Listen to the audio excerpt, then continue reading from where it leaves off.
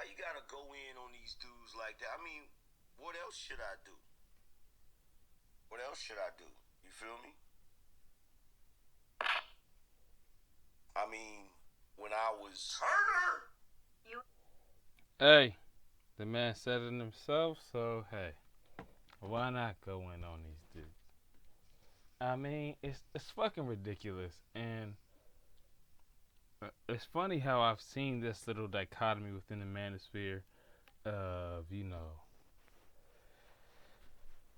niggas who are educated and maybe a little bit more intellectual side, and niggas who are on the street side. Now let's be real, niggas on the street side, no matter what they say, especially niggas like Angry Man, they cater to bitches low key because bitches have saved their fucking life for their entire life. You think Angry Man could have ever got where he was if his girlfriend, woman, wife, whatever the fuck she is, didn't help provide a space for him to do that? Because quite honestly, I don't think he could have provided the own space himself to do what he does now. Now, this is not just a hit at Angry Man or a hit at what he says, but it's sort of a hit to niggas like Angry Man. Because niggas like Angry Man, like I said, they give regular black people a bad name. You know what I mean? Like, honestly, and it's funny, I hate to use current shit like this, but niggas like Angry Man wind up like DMX. I mean, take your nigga Angry Man for example. You think nobody notices that this nigga sniffles so much during his live streams and shit and his episodes? What do y'all think that is? He got a cold with allergies bad year round 24/7 365? No. Uh-uh. Mm-mm. If I had to guess, I would say it's partial to Little Booger Sugar. That's just speculation. It's alleged. I don't know anything about what he actually does. But he's just an example of what I like to talk about as far as dichotomy between tiers of black people. And me personally, I'd like to bring them together, but I don't think they can come together because I feel like niggas like Angry Man and other guys, they want to make their personification of what a guy is the mainstream image for black men. This hip hop hood image. And even when you hear Angry Man talk, he talks as if that's the culture of black people. And it's very disrespectful and disingenuous to the whole of black people. You know what I mean? And mostly the black people that, have washed and wiped his ass. Like, come on, let's be real. For majority of hood niggas, the only thing that saved you was other well-to-do niggas that had jobs. When y'all was down and out and in and out of jail trying to figure it the fuck out, you had to lean on niggas who had jobs, who were plugged into the system. Let's try to get you plugged into the system.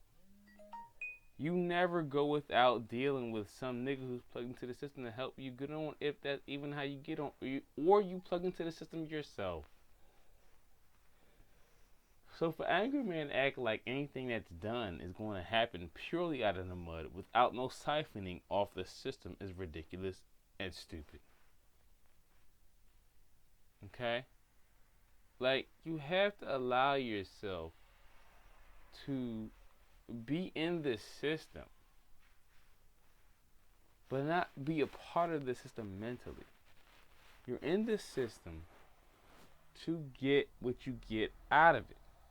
You get your funds, then transform to what you want to do for yourself. Okay? And that's sort of what Angry Man has done. But he's not telling you that you should not even start from the bottom and in the fucking hole. He's telling you there's no problem with that. I'm telling you that you shouldn't. You should strive for the highest tier you can of excellence while you're young. And then start from there once you get out of high school. But don't think that you're going to just get to be grown and then figure it out and somebody's going to help you if you ain't got no real resources behind you. A lot of niggas get lucky with that. A lot of niggas get lucky to find a bitch who's going to house them. A lot of niggas get lucky to have a mom or dad or family members. I'm lucky. I had a family. I had a mother and father. I was lucky. A lot of niggas ain't, and I get that. But you need to work the best in your system, not just deal in total dumb shit and think that, well, it'll work out for me in the end, hopefully. No, it won't. No, it won't. You'll always wind up at the bottom, and at the very best, you'll wind up celebrating mediocrity. You'll be like Angry Man is, celebrating the fact that you're finally making $40,000 to $50,000 a year consistently on YouTube and cryptocurrency, without a bitch. But he just got there by the time he was 43. He never did it on his own before.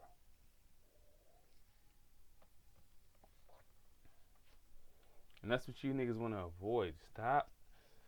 Stop trying to learn to operate at a deficit. It's better to try to learn at the top level or the best level you can get to, and to work to the best level you can get to before you start branching out. Don't just start trying to be an entrepreneur when you ain't got shit. Shit, at least work 2 or 3 years, gain some capital. So then whatever entrepreneurial activity you can fucking start with, you at least have some capital put behind it. And not be some capital you got from some bitch that provides you with space with some money. Shit that you actually got out the mud on your own by filling out a job application, working that shit for 2 or 3 years, laying under some shit, collecting the funds, and then using that to translate into something else. That's a real investor mindset. Investing in yourself so that you can then turn that into profits. And take those profits and then invest further into yourself. Actually, and also take a little bit of those invest in profits, invest them again. I don't want to forget that. You don't want to stop investing here.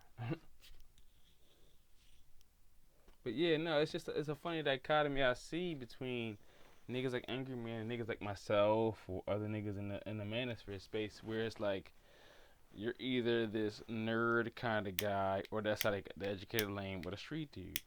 And like I said, the street dude doesn't have really much anything to him. The street dude is just a fucking roving fucking ambiguous ass term for some guy who didn't do much of shit when he was younger but play around in the street. A street dude isn't really anything. He doesn't really hold any value. What is a street dude? Like I said, is he a gangster? Is he a gangster? Is he somebody that was moving wholesale drugs in the streets, selling to other people who sold in the corners? No, he's not. Your street dude was probably a fucking corner boy who was actually selling nickel and dime bags. Is a street dude a goon, an enforcer, somebody who made sure that people paid on their bets? Nah, because then he'd be labeled as that. He's not a goon for real, just in the street. A street dude ain't really shit. That's just somebody who talks the talk, walk, and looks the part, but doesn't actually walk the walk. A street dude does a half and half job of being on the cusp of I'm hood in the street, but I'm not really. Cause dudes who are really in that life, they can't talk about it, and they never classify themselves as street dudes. They classify themselves as gangsters or something else. It's just silly to me how this dichotomy has come up. And actually, it's funny how 2 classes of niggas can't get together and just respect that you do certain things and these guys do other things. they help the community in one way, you can possibly help the community another way. But the one guys do actually do a detriment to the community. Hood dudes do a detriment by promoting this image, and this is what niggas are, or the majority of niggas are like this. Hood, thug, da da da da da. That is not our culture. Okay? And for people to say that that's our culture, that hood thug image, that's stupid as shit and that's ridiculous. It makes us look dumb. And I wish people would stop saying that and making us look stupid when they say that shit. Because there is a very, very large group of people who did not grow up like that. You know, we wasn't all poor folk. You can't just put us all in that box if we was all hood niggas. And you can't put the fact that you were a hood nigga in a box to think that because you was hood niggas, you was tough niggas. No, you weren't. No, you weren't. No, for a fact you weren't. Y'all talk tough, but y'all weren't actually tough. I can guarantee that shit. And they like to think that shit, that's something y'all can lean on because y'all have shit else to lean on. But it ain't true. Okay? And that was episode 1 of that shit.